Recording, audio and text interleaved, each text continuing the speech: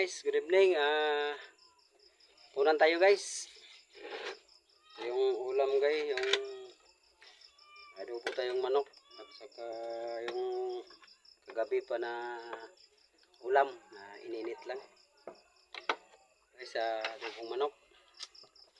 Guys, bago tayo kakain, pray muna tayo. Ng Diyos, salamat.